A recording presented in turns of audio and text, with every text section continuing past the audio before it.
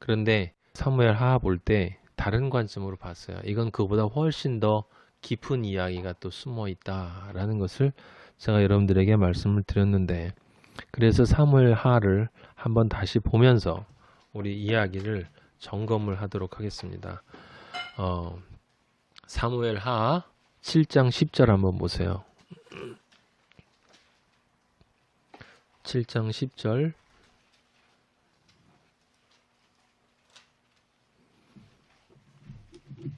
지금 다윗이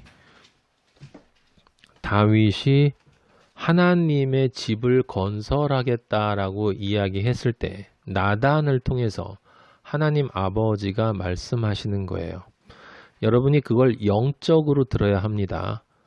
다윗이 나는 이렇게 왕궁에 거하는데 하나님 아버지는 아직도 이 초라한 곳에 거한다라고 해서 이 정성을 생각하는 그런 마음으로 어떤 종교심, 신앙심에서 그렇게 한다라고 생각하시면 곤란해요. 그걸 영적으로 보면 다윗이 하나님 아버지의 성전을 짓겠다라고 하는 것은 무슨 뜻이냐면 이제 자신이 그만큼 신앙이 완성되어졌다라는 뜻이에요. 아시겠습니까? 성전이 지어진다라고 하는 것은 우리가 구원의 공식에서 마지막 창조의 평강으로 들어갈 수 있는 단계가 되었다라는 것을 뜻하는 거예요. 새 예루살렘이 될 수 있다라는 것을 뜻하는 것입니다. 그런데 하나님 아버지가 다윗에게 너는 아니다 라고 이야기를 했어요. 너는 아니다 라고 이야기를 하고 너의 아들 솔로몬에게서 내가 집을 질 것이다 라고 하는 것은 무슨 뜻이냐면 다윗과 솔로몬이 둘이 아니라 하나이다. 다윗과 솔로몬이 둘이 아니고 하나인데 다윗은 전쟁을 해야 될 사람이고 그 모든 전쟁이 마쳐졌을 때의 평강은 솔로몬이라는 존재가 다윗을 대신해서 맞는 것이다. 그래서 다윗과 솔로몬은 둘 다 합쳐서 누구를 상징한다 그랬냐면 예수 그리스도를 상징한다 그랬어요. 그것을 예표로 보여준 것이 모세와 여호수아였었다라고 제가 말씀을 드렸습니다. 모세에게는 하나님 아버지가 너는 가나안 땅에 들어갈 수 없어 라고 하는 그 말이 다윗에게 너는 성전을 지을 수 없어 라는 말과 같은 말이다 말이에요. 그 말을 이해할 수 있어야 하는 거예요. 모세가 잘못을 했다. 그래서 너는 죄 때문에 못 들어간다 라는 뜻이 아니라 모세와 여호수아는 각각 율법과 은혜를 대변, 예수 그리스도의 율법과 예수 그리스도의 은혜를 대변하는 존재이기 때문에 각각의 역할을 그리스도의 예표로서 맡고 가는 것이기 때문에 그 은혜가 아닌 자가 은혜를 인척할 수 없다라고 하는 것이고 다윗과 솔로몬도 마찬가지로 솔로몬은 은혜의 평강을 상징하는 존재이고 그래서 하나님의 성전을 종국적으로 짓는 것을 뜻하는 것이고 그리스도를 통해서 새 예루살렘을 뜻하는 거예요. 그리고 그 전에 그 영적 전쟁에서 십자가를 통해서 승리하시는 예수 그리스도. 하나님 아버지가 다윗에게 뭐라고 그랬어요? 너는 피를 너무 많이 흘렸다 그랬어요. 그건 무슨 뜻이냐면 너는 십자가에 달려서 죽어야 할 존재다. 피를 흘리고 죽는 예수 그리스도를 예표하는 존재이다. 부활을 통해서 새 예루살렘의 평강을 들어갈 그것을 예표하는 존재는 솔로몬이다 라고 하는 것을 뜻하는 거예요. 이건 영적인 이야기니까 여러분들이 정확하게 이해를 해야 합니다. 지금 이 말을. 그래서 사무엘하 7장 10절에 보면 하나님이 그런 관점으로 이야기하시는 거예요. 너는 성전을 짓는 그런 단계까지 가지 않는다라고 하는 이야기를 하신 다음에 이스라엘 민족 전체에 대한 약속을 하시는데 10절에 보니까 내가 또 내 백성 이스라엘을 위하여 한 곳을 정하여 그를 심고 그를 거주하게 하고 다시 다시 옮기지 못하게 하며 악한 종류로 전과 같이 그들을 해하지 못하게 하여. 예. 이 11절에 보면 중간 뒤에 너를 모든 원수에게서 벗어나 편히 쉬게 하리라 한 다음에 그 7장 16절에 보면 12절에 보면 내 몸에서 날 내 씨를 네 뒤에 세워 그의 나라를 견고하게 하리라. 여기 네 몸에서 날 내 씨는 1차적으로 솔로몬이지만 종국적으로는 예수 그리스도를 예표하고 있는 거예요. 그걸 보셔야 해요. 그걸 못 보면 안 됩니다. 16절에 그래서 그렇게 되어질 때 네 집과 네 나라가 내 앞에서 영원히 보존되고 네 왕위가 영원히 견고하리라. 그러니까 지금 이 16절을 통해서 종국적으로 지금 이 아버지가 10절에서 약속하시는 이스라엘이 다시 옮기지 않게 되고 다시 해함을 받지 못한다라는 것이 무엇을 상징하고 있는 거냐면 바로 계시록의 새 예루살렘을 나타내고 있다라고 하는 것을 여러분들이 보셔야 하는 거예요. 일시적으로 솔로몬을 통해서 그것이 이루어지지만 솔로몬의 왕국이 무너진 건 여러분 다 아시고 계시고 아버지는 눈에 보이는 것을 이야기하시는 분이 아니에요.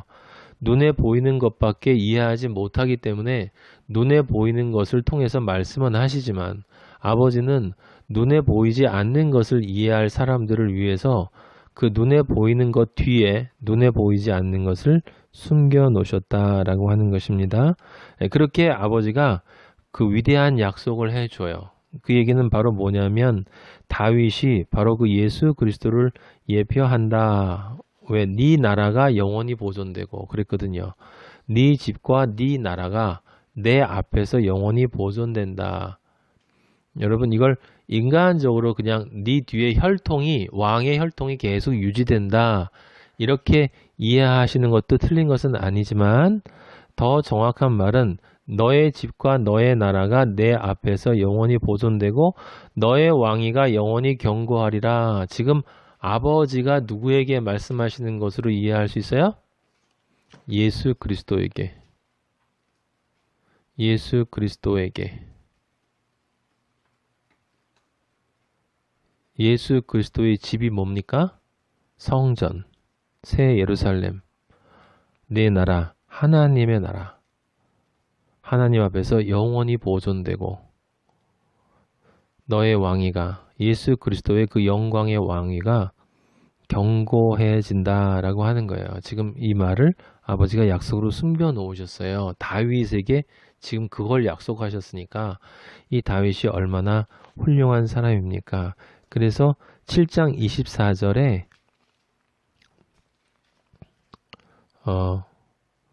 다윗이 하나님에게 화답하는 이야기가 나와요.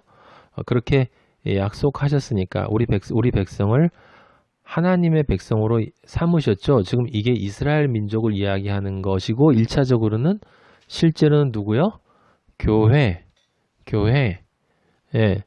종국적으로는 그리스도인을 뜻하는 거예요. 하나님께서 주의 백성 이스라엘을 그리스도인들을 십자가를 통해서 세우시고 영원히 하나님의 백성으로 삼으시니 여호와께서 그리스도인들의 하나님이 되셨습니다. 그 위에서 약속하신 것에 대해서 다윗이 지금 누구의 입이 돼서 화답을 하고 있는 거예요? 그리스도의 입이 돼서 화답을 하고 있는 거예요. 여러분 여러 가지 차원이 있으니까 잘 보셔야 되는 겁니다. 그 다음에 7장 25절에 그렇게 말씀하신 대로 행하시옵소서. 그렇게 말씀하신 대로 행하기 위해서는 반드시 뭐가 있어야 되는 거예요? 이게 중요해요. 예? 십자가가 있어야 돼요. 그렇게 말씀하신 대로 행하기 위해서 하나님의 백성으로 그리스도인들을 영원히 세우기 위해서는 반드시 무엇이 있어야 되냐면 십자가가 있어야 돼요. 그럼 이 말은 무슨 뜻입니까? 저를 매다세요 라는 말이에요, 여러분. 저를 매다세요 라고 예수님이 다윗의 입을 통해서 지금 말씀하시는 것입니다. 예, 그렇게 해야 26절에 뒷부분 주의 종 다윗의 집이 성전이 진짜 교회가 하나님 앞에 견고하게 될 것입니다. 그쵸? 29절에 다시 한번 나와요. 이제 청합니다. 기도해요. 종의 집에 복을 주사. 그리스도인의 집에, 그리스도의 안에 성전에 복을 주사. 교회에 영원히 있게 하옵소서. 아버지께서 말씀하셨사오니 교회가 영원히 복을 받는다. 이때 복을 받는다는 무슨 뜻? 교회가 그리스도인은 이제 영원히 하나님과 함께 임마누엘로 있게 하옵소서. 임마누엘로 있게 하옵소서. 잘 되게 해달라는 뜻이 아니고요. 그래서 복을 받게 한다라고 하는 것에서 이제 승리하는 면이 다시 한번 반복이 돼요. 사무엘하 8장에는 다윗이 어디로 가든지 이기는 이야기들이 쭉 나오는데 첫 번째 골리앗처럼 승리하는 장면이 나와요. 그리고 9장에 보면 그 승리를 통해서 그리스도가 결국 앞에서 약속한 이스라엘 민족, 그리스도인을 어떻게 부를 것인지가 9장에 나온다 이 말이에요. 무엇과 무엇의 대화를 통해서, 누구의 대화를 통해서? 다윗과 무비보셋의 대화를 통해서. 그래서 이 무비보셋은 요나단의 아들로 나오는 것이 아니라 바로 무비보셋과 같은 모든 그리스도인들을 상징한다. 하나님 아버지로부터 은혜를 받은 자를 상징한다. 그래서 그가 9장 8절에 보면 그가 절하여 이르되 이 종이 무엇이기에 왕께서 죽은 개 같은 나를 돌아보시나이까 하니라. 지금 이 말을 그냥 육으로 요나단이 다윗에게 잘해서 다윗이 옛정을 생각해서 그 요나단의 아들을 불러서 보답하는 정도의 이야기로 말하면 이 세상에 수많은 역사책에 그런 일은 쎄였어요. 이 사무엘하 9장 8절의 이 무비보셋을 향한 다윗의 선포는 반드시 그 선포가 있기 위해서는 8장의 승리가 있어야 되는 것이고, 그 승리 이전에 7장에 하나님 아버지의 약속, 그 약속에 대한 다윗의 확실한 믿음, 누구와 누구의 대화, 하나님 아버지와 아버지 자신이신 말씀이신, 그렇지만 아버지로부터 스스로 분리되어서 아들로 존재하시기로 결정하신 또 하나의 하나님 아버지의 인격, 다른 인격, 한 아버지지만 다른 인격이신 하나님 아버지와 예수 그리스도와의 대화가 전제가 되는 거예요. 무슨 대화? 그렇게 부르기로 대화가 있는 것이고, 그래서 무비보셋을 불러서 어떻게 했습니까? 9장 10절 중간에 보면 네 주인의 아들 무비보셋은 항상 내 상에서 떡을 먹으리라. 그때 제가 말씀을 드렸어요.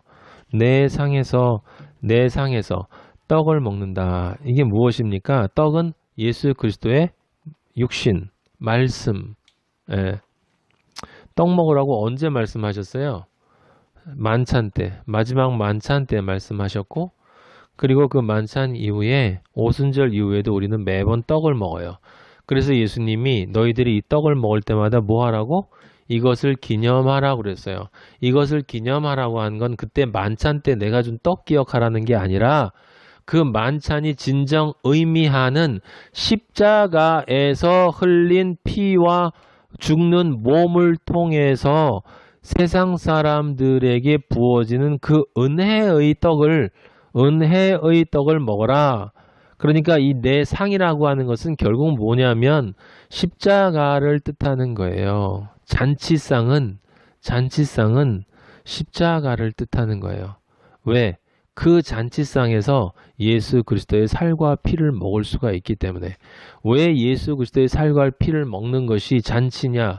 그래야만 내가 건강해지고 영적으로 그래야만 내가 맨 처음에는 생명을 얻을 수 있다라고 하는 것이었죠. 그쵸? 그래서 그 무비봇에 대한 이야기를 하고 그 다음에 다윗이 암몬하고 아람에 대해서 또 승리하는 장면이 나와요. 거기에서 무슨 얘기가 나오냐면 그 다윗의 신하들을 부끄럽게 만드는 이야기가 나오는데 이 다윗이 그 앞부분에 이게 지금 여기 여러분이 생각할 때는 10장에 보면 다윗이 암몬과 암몬을 도와주는 아람 군대와 싸우거든요. 그래서 9장에서는 무비보셋을 만난 것이고 그 다음에 그 전에는 다윗이 그 무비보셋을 만날 수 있는 존재라는 것이 드러나는데 그러면 8장의 이야기와 9장 다음에 그 10장의 이야기가 두 번 반복되는 것이 아니냐라고 생각할 수 있을지 모르지만 사무엘하 10장에는 무슨 이야기가 있느냐? 다윗의 신하들을 암몬 왕이 부끄럽게 만드는 게 나와요. 거기 10장 4절에 보면 다윗의 신하들을 잡아서 수염 절반을 깎고 그들의 의복이 중동 볼기까지 자르고 그래서 10장 5절에 보면 그 사람들이 크게 부끄러워했다라고 하는 말이 나옵니다. 이게 무슨 뜻이냐면 앞장에 나온 무비보셋, 그 무비보셋이 예수 그리스도와 겸상을 한다라는 건 그것이 이제 하나님의 아들로 연합되어졌다는 것이고 하나님의 종이 됐다는 것이고 당연히 그는 예수 그리스도의 말씀을 전하는 자가 되는데 그 전하는 자를 세상은 부끄럽게 만든다 이 말이에요. 아셨어요? 그래서 그 부끄럽게 만드는 세상에 대해서 예수 그리스도는 그 자기가 보낸 제자들을 대신해서 뭐 해주신다? 싸워주신다라고 하는 이야기예요. 아시겠습니까? 그러니까 그 앞에 이야기, 승리 이야기와 영적으로 보면 다른 이야기예요. 그래서 사무엘하 10장 8절에 보면 다윗이 아람 병거 거기 몇 대요? 700대. 그 다음에 마병 몇 명? 4만 명. 4만 명. 4가 뭐예요? 안 남겨놨다는 거예요. 깨끗이 온전하게 승리한다라고 하는 것이죠. 승리한다라는 거예요. 그건 무슨 얘기냐면 예수 그리스도가 모든 하나님의 아들을 부끄럽게 만드는 이 세상 죄악, 사탄의 악에 대해서 온전하게 승리하신다. 그게 충성과 지혜라고 하는 그 마지막에 요한계시록 보면 백마타교 오시는 예수 그리스도 있잖아요. 승리하시는 예수 그리스도의 모습이 바로 그걸 상징하는 거예요. 근데 여기 지금 부끄럽게 한 존재에 대해서 승리하는 모습이 나오지 않습니까? 바로 그 부끄럽게 되어지는 모습을 지금은 누가 대신하는 거냐면 다윗이 대신하는 거예요. 다윗이 그렇게 부끄럽게 되는 것입니다. 그리고 그 부끄럽게 되는 그 다윗을 하나님이 어떻게 회복시키시는가에 대한 이야기를 즉 10장에 나와 있는 다윗과 신하들의 관계로 예표된 이야기가 이제 다윗 본인의 이야기가 돼서 11장에 다윗 본인의 이야기가 돼서 바세바 사건이 일어나서 거기에 부끄러운 존재가 되어지는 모습이 드러난다라고 하는 것이고 그것을 하나님 아버지가 선지자 나단과 회개를 통해서 그리고 첫째 아들을 죽이시고 솔로몬을 태어나게 하심으로 인해서 어떻게 완전히 7을 깨끗하게 4만과 7을 없애버리고 하나님 아버지가 승리하시는가라고 하는 평강으로 들어가는가 하는 것을 지금 10장에서는 예표하고 있는 거예요.